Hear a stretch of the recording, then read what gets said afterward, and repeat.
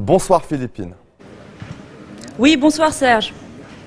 Alors Serge, ici au Biel, ça sent bon l'odeur du papier. Dans quelques heures a lieu la cérémonie d'inauguration en présence du Premier ministre Tamam Salam, mais aussi d'un invité très attendu, vous le disiez, le président du Sénat Gérard Larcher. Alors ce n'est que demain que le salon ouvrira ses portes au public et ce jusqu'au dimanche de la semaine prochaine. L'année dernière, ils étaient déjà 50 000 visiteurs, soit 10% plus nombreux qu'en 2013, signe que le livre francophone suscite toujours autant d'intérêt au Liban. Alors, quelques repères pour vous donner une idée de cette édition 2015. Tout de même, plus de 200 signatures, beaucoup d'écrivains libanais bien entendu, dont Sharaf Majdelani, dont on a beaucoup entendu parler ces dernières semaines, car il est le lauréat du prix Jean Giono.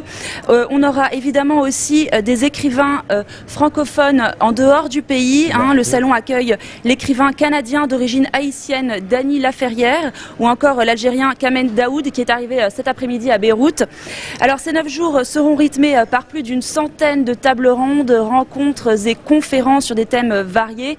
Il sera question d'environnement, d'architecture, mais aussi de psychiatrie ou encore de passion amoureuse.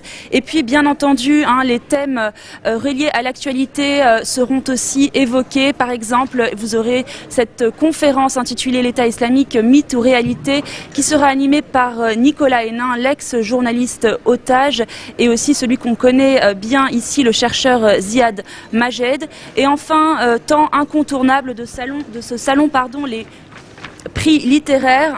Ce volet accorde une très grande place à la jeunesse. Nous avons notamment le choix de l'Orient, ou encore le prix des jeunes critiques libanais, ou encore le prix littéraire des lycéens. Il faut dire que chaque année, les écoliers constituent presque la moitié du public de ce salon. Ils constituent une cible très importante pour les professionnels du secteur, et on peut les comprendre, car ce sont les jeunes qui représentent le public de demain. Alors avec nous maintenant, le président de l'Institut français du Liban, Denis Louche, est avec nous.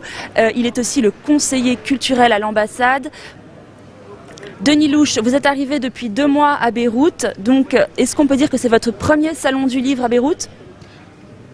C'est indéniablement mon premier salon du livre à Beyrouth. Ça fait pas encore 2 mois que je suis ici.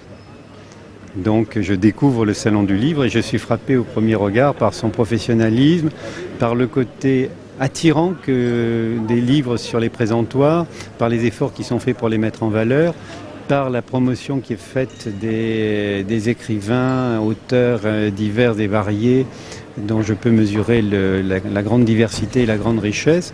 Donc c'est une appréciation tout à fait positive que je peux porter sur le Salon du Livre de 22e édition. Alors c'est encourageant, surtout qu'on entend souvent dire que le français au Liban est menacé et n'a plus la place qu'il avait avant. Qu'en pensez-vous ? Alors moi, j'ai pas tout à fait ces indications-là, parce que je vois que la pression sur les établissements à programme français est forte au moment des inscriptions.